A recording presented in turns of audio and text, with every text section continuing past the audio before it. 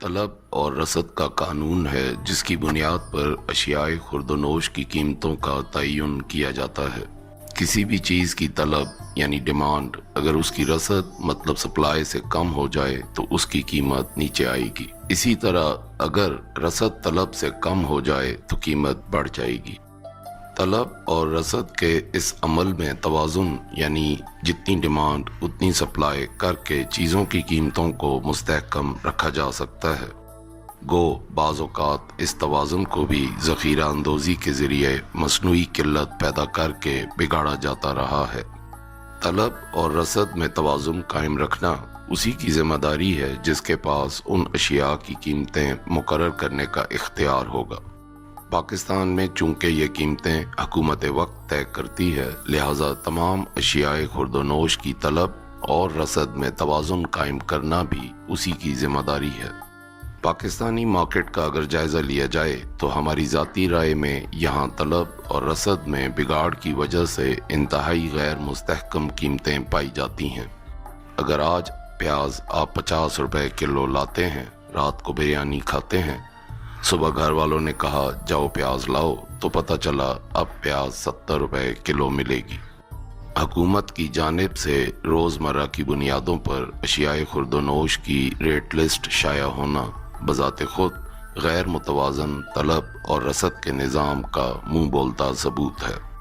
طلب اور رسد میں توازن قائم کرنے میں ناکامی کی وجوہات میں سے ایک بڑی وجہ طلب کا غلط تخمینہ اور دوسرا یہ تخمینہ بر وقت نہ لگانا ہے۔ ماہرین معاشیات کے مطابق زیادہ سے زیادہ عرصے کی طلب کا تخمینہ لگانے سے بہتر رسد اور مستحکم قیمت رکھی جا سکتی ہے۔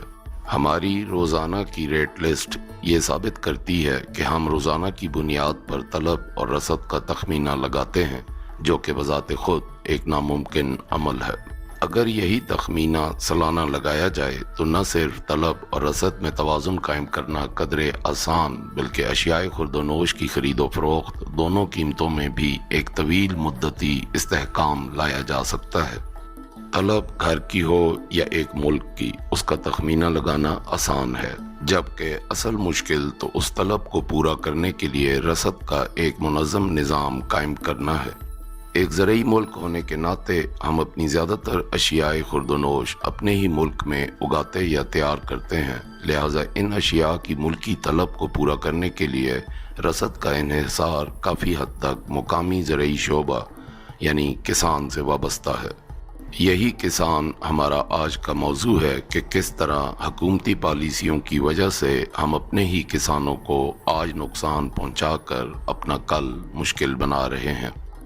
اس وقت جب یہ پروگرام ریکارڈ کیا جا رہا ہے تو پاکستان میں پنجاب کے کسانوں کی پیاز تیار ہے اور اس وقت پیاز کی قیمت مارکیٹ میں تیزی سے نیچے آ رہی ہے، جس پر عوام یقیناً بہت خوش ہے، لیکن یہ خوشی کی نہیں بلکہ فکر کی بات ہونی چاہیے۔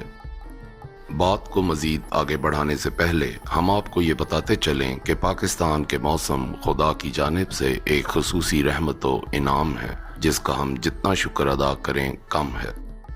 پاکستان کے ایک علاقے کے کسان جب کوئی بھی فصل کاشت کر رہے ہوتے ہیں تو اسی وقت وہی فصل پاکستان کی دوسری جگہ کے کسان اٹھا رہے ہوتے ہیں۔ پیاز کو ہی لے لیں تو یہ جنوری اور فروری کے مہینے میں لوئر سندھ، اپریل مئی میں اپر سندھ، مئی جون میں پنجاب، جون اور جولائی میں KPK اور پھر آخر میں اگست سے لے کر نومبر تک بلوچستان میں تیار ہوتی ہے۔ صرف مارچ اور دسمبر کے 2 ایسے ماہ ہیں جب ہمارے ملک میں پیاز یا پیاز کے ساتھ تیار ہو جانے والی دیگر فصلیں میسر نہیں ہوتی۔ اگر ہماری حکومتیں ایک مناسب حکمت عملی تیار کر کے سال بھر کی طلب و رسد کا تخمینہ لگا لیں تو نہ صرف عوام کو یہ اشیاء سال بھر ارزاں اور مستحکم قیمتوں پر میسر ہو پائیں گی بلکہ ہمارے ملک کے کسانوں کو بھی ان کی فصلوں کے مناسب دام مل سکیں گے۔ پیاز آپ کو آج سستی مل رہی ہے، لیکن اگر آپ پیاز کی ایک سال کی اوسط قیمت خرید نکالیں تو وہ 75 سے 80 روپے بنتی ہے۔ اور صرف یہی نہیں، ہمارے ملک میں اگر بڑھتی مہنگائی کی شرح کو دیکھا جائے تو یہ ہر سال بڑھ رہی ہے، جس کی 2 بڑی وجوہات میں سے ایک تو بیرونی ممالک جیسے بھارت سے مہنگے داموں اس کی امپورٹ ہے، اور دوسرا مقامی کسانوں کا اس کی کاشت میں کمی ہے۔ فصلوں کے مناسب دام نہ ملنے کی وجہ سے جیسے جیسے پاکستانی کسان پیاز اور دیگر فصلیں اگانا چھوڑتا یا گھٹاتا جائے گا، ویسے ویسے ان کی سالانہ اوسط قیمت بڑھتی جائے گی، کیونکہ ملکی طلب کو پورا کرنے کے لیے ہمارا انحصار زیادہ سے زیادہ بیرونی ممالک سے مہنگے داموں امپورٹ پر ہوگا۔ آپ اندازہ لگائیں، ہمارے ملک میں جہاں عوام آٹا 90 روپے اور ٹماٹر 400 روپے تک فی کلو خرید کے کھاتے ہوں، وہاں اسی ملک کا کسان ٹماٹر منڈی لے جا کر بیچنے کے بجائے اپنے جانوروں کو کھلانا مناسب سمجھے کہ فصل بیچنے سے منڈی تک مزدوری اور ٹرک کا کرایہ بھی نہ نکلتا ہو۔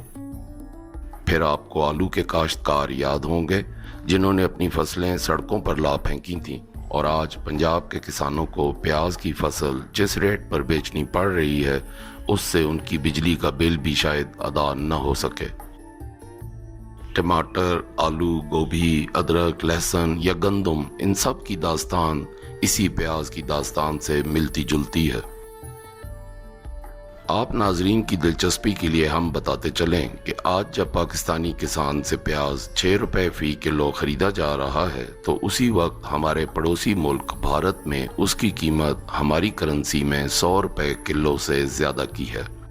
ایسی صورتحال میں بڑے بڑے سرمایہ کاروں کا متحرک ہونا لازمی ہے۔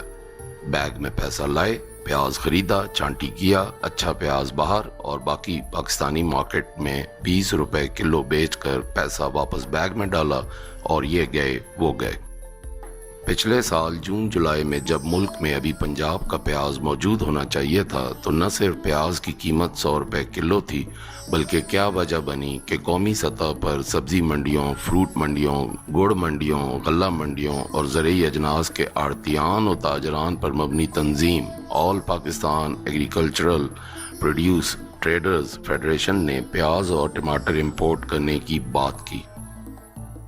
مخبر ٹیلی ویژن میں ہم یہاں اب امید کرتے ہیں کہ ہمارے ناظرین کو کافی حد تک اس بات کا اندازہ ہو گیا ہوگا کہ کیا عوامل ہیں جن کی وجہ سے وہ ملک جو ایک وقت گندم بیرونی ممالک کو بیچتا تھا، آج اس ملک کی عوام آٹا لینے کے لیے قطاروں میں لگی ہے، اور وہ بھی کسان کی قیمت فروخت سے دگنا پر۔ آج پیاز آپ کو 20 کا ملنا ہرگز خوشی کی بات نہیں، بلکہ یہ نوید ہے اس کے مہنگے ہونے کی۔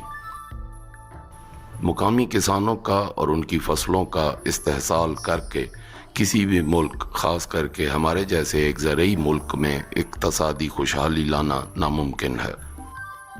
ہماری ذاتی رائے میں حکومت کو ہنگامی بنیادوں پر سب سے پہلے تو اشیاء خورد و نوش کی ملکی طلب کا سالانہ کی بنیاد پر تخمینہ لگانا چاہیے، جس کے بعد ہی ایک منظم ترسیل کا نظام ترتیب دیا جا سکے گا۔ طلب و رسد کا یہ سالانہ تخمینہ ہی نہ صرف اس بات کو یقینی بنا سکتا ہے کہ صارفین کو اشیاء خورد و نوش مستحکم اور ارزاں قیمتوں پر سال بھر میسر رہیں، بلکہ تب کسان کو بھی اس کی فصل کے مناسب دام مل سکیں گے۔ ناظرین، خوشی کی بات یہ نہیں کہ کسان سے 3 روپے سے لے کر 6 روپے تک کلو پیاز ہم خرید کر عوام کو 30 روپے تک کا بیچیں،